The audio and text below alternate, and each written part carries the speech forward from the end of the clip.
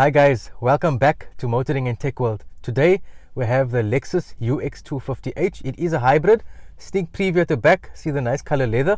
In the video today, I will take you through a full exterior. We'll go through around the car, see how it looks everywhere, discuss a few things. We'll get inside, have a look at what does this Lexus UX250H provide us in the inside. How's the infotainment system look? How does the steering wheel feel? What can you access on your fingertips? And a few other items we'll go through, and after that we'll take the car for a drive. I'll take you guys with me, and you can actually see from a practical point of view, how does the car drive, how does it feel, does it have insulation inside? We'll find out in the in-drive. So guys, stay tuned and watch the entire video, because after you finish this video you will get an all-round perspective, well, a literally all-round perspective, and all-round meaning we'll cover exterior, interior, in-drive, and all the finer details of this Lexus UX250. Right, welcome outside. So as you can see from the front, you've got the typical Lexus look, which is sharp and angular. Can you see all the angles from here and the sharpness? Hopefully you can. A very neat looking grille. You can see it's kind of an extended grille, not just the top portion. Over there you can see it extends right to the bottom, so it's like a full kind of a grille you get here at Lexus. You do have front PDC, if you can see there. Over there's your front PDC sensors. You got full LED lights everywhere. You got daytime running lights, you got fog lights. So well spec'd in front. Quite decent 18-inch alloy wheels, and complements the car quite well. It is a UX, so it's an urban crossover. It's not the biggest of cars, so 18-inch does suit it well. Looking at 160 millimeters of ground clearance, it is okay. It's not the highest, but it's decent. You're not too low on the ground. There you got your rear PDCs. Over there you do have 4 sensors at the back, and as we stated, it is the UX250H, H meaning a hybrid. Let's have a look at the boot now. Warning guys, it's not a big boot. It's only 268 liters. That is quite a downside of this car. You can see it's like the boot starts quite high for my liking, and you just feel like you got so little space. I mean, I don't know if you guys can see. Let me go on a different angle. See how short it is. So it's not a deep boot, and you have a 60-40 split. That does help if you have long items, but then you can't have passengers. So I say that's quite a big drawback of this car. First thing you'll notice, it is stunning. It's luxurious, it's spacious, and it has absolutely immaculate brown leather.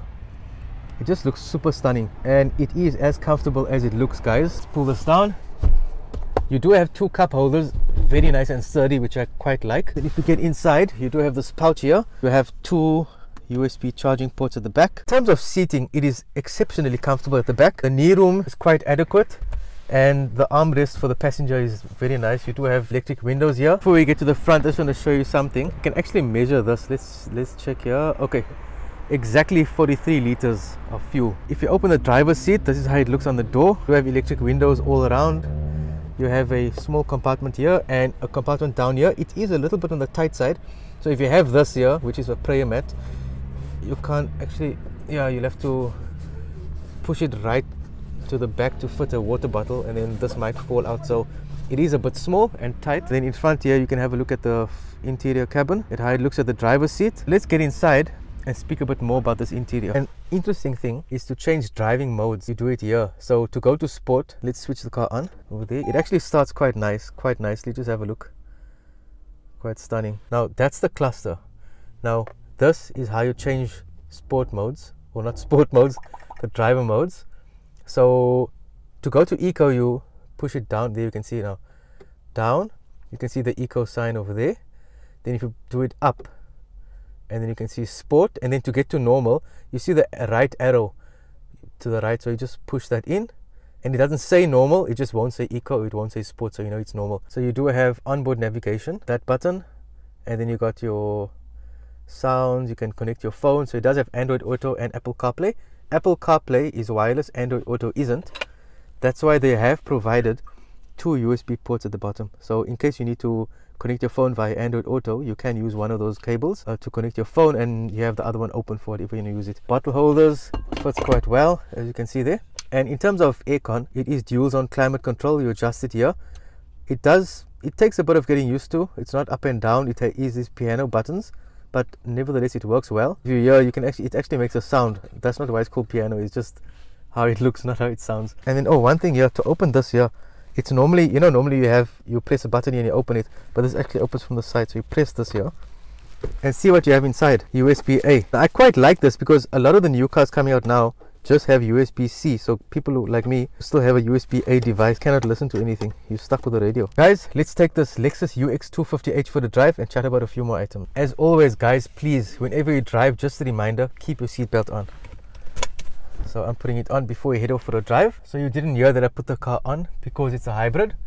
So we are on the way. Guys, this Lexus UX250H is a hybrid, 0 to 100 in 8.5 seconds.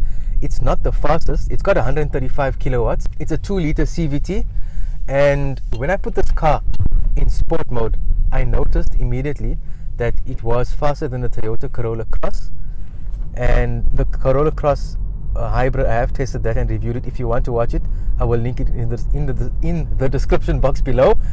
Now, the Toyota Corolla Cross hybrid is a 1.8 liter naturally aspirated, and this 2 liter also. It's not a turbo. They both don't have turbos. And I'm just going to put it into sport mode now, and then you guys can hear it does make quite a sound, but it's not too bad. It actually feels quite nice, and it does have quite a bit of power. I haven't mentioned the price yet. I will mention it now. This Lexus will cost you 857,900. Yeah, the price is subjective. You know, for the brand you're getting Lexus, so it is a luxurious brand, the luxurious brand of Toyota. Why I'm comparing it to the Toyota Corolla Cross is it's also a hybrid, and I'm comparing it to that hybrid as well. I'd say the Toyota Corolla Cross boot is bigger. The drive of the Toyota Corolla Cross hybrid is not as nice as this one. And speaking of the drive, the insulation in the Lexus is absolutely phenomenal.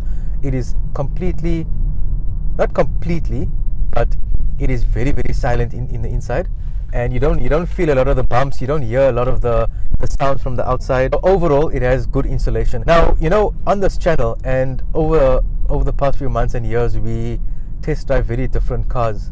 Now, I will nitpick here and there and maybe give you guys, because you know, I am basically your eyes and ears, and giving you, if you're watching this for entertainment purposes, then I really hope you enjoy it. Maybe the joke here and there might be entertaining, or you just like to keep up to date with what the latest cars that come out, so you're watching this channel. So thanks very much for watching for that purpose. I really hope you do enjoy it, and please comment below if you do watch for entertainment.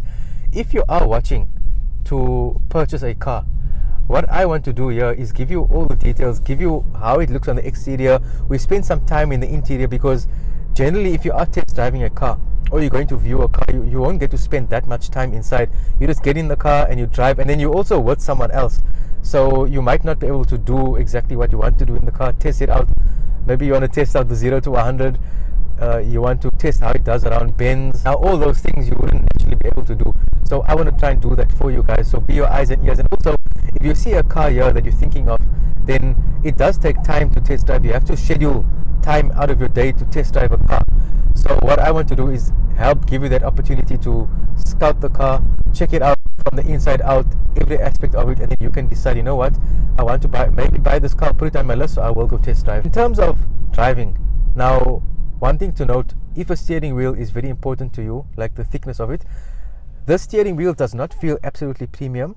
It's a bit on the thin side, but I'm comparing it to many other brands like Mercedes and Honda and a lot of others. Now, the Honda ones are a bit more thick, so I'm just basically pointing out to you that this is, it might not be thin, but it's not thick. So that's immediately what I noticed, right, when you're holding the steering wheel. Lexus does claim 4.5 liters per 100. It is a hybrid.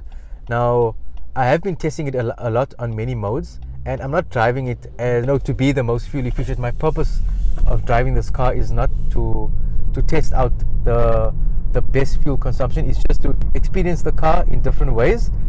Sorry if that's coming in your way.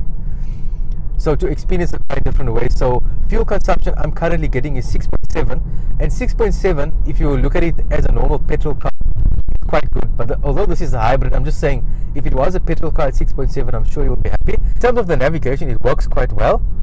Google is Google, so nothing will beat that. But the Lexus onboard navigation does work well. I have tested it out. It took me to the correct destination quite nicely, so no complaints there. And highway driving with this car, like I said, it has 135 kilowatts of power, and when you need to, you can push and it moves quite well.